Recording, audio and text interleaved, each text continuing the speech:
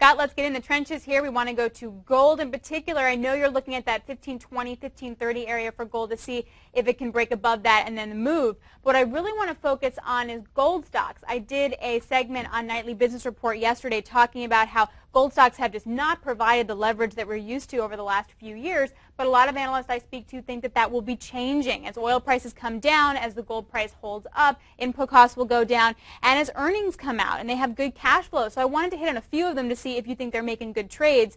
Want to start out with Barrick Gold. It's the leader of the group, supposed to produce 7.6 to 8 million ounces of gold this year for cash costs just under $500. But the stock does not provide big leverage. I mean, for the last few years, it's up 18% since 2001 to 2007, while the gold price was up 73%. That ain't so good. No, and as far as that thesis by the analysts, it's okay to have a thesis, but you need the market to confirm it. So if these guys think that it's going to happen, the charts will tell you, because right now as I look at these charts, they still haven't triggered, they still haven't ignited yet, so we'll show you where those price points could be. Now Barrick is what, ABX? Yeah, and you were also saying too to me yesterday that they sort of move in a group and they move over a longer period of time. So if you see one big move go, you can wait a little while before it's confirmed. Right, you see the ignition and then you see it go and it's exciting, but until it happens, you could avoid it. And if you look right here at ABX, look how low this thing is. It's below all these key moving averages.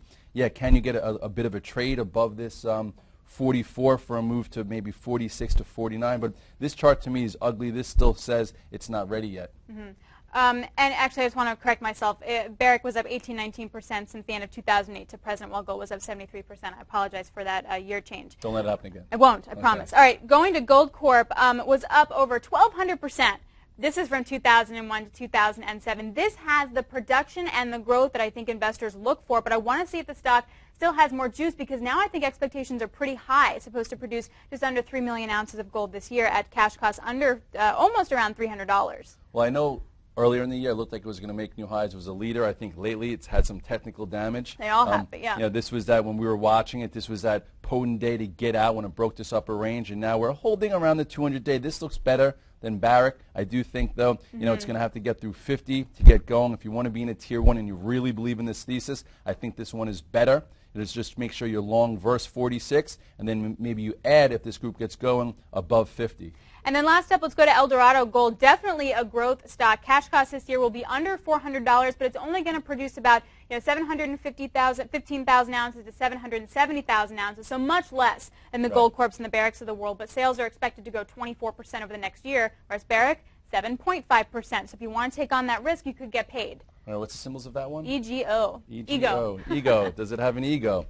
Really not. So it's right on the lows here. Really not. Okay. If you look at the macro pattern here, you'll see, it's just trending lower, accelerated down. I guess if you're a value player, because that's what happens when charts look bad, all of a sudden they're value plays. You buy some here, it gets through 15, maybe it gets back to this major resistance, but I think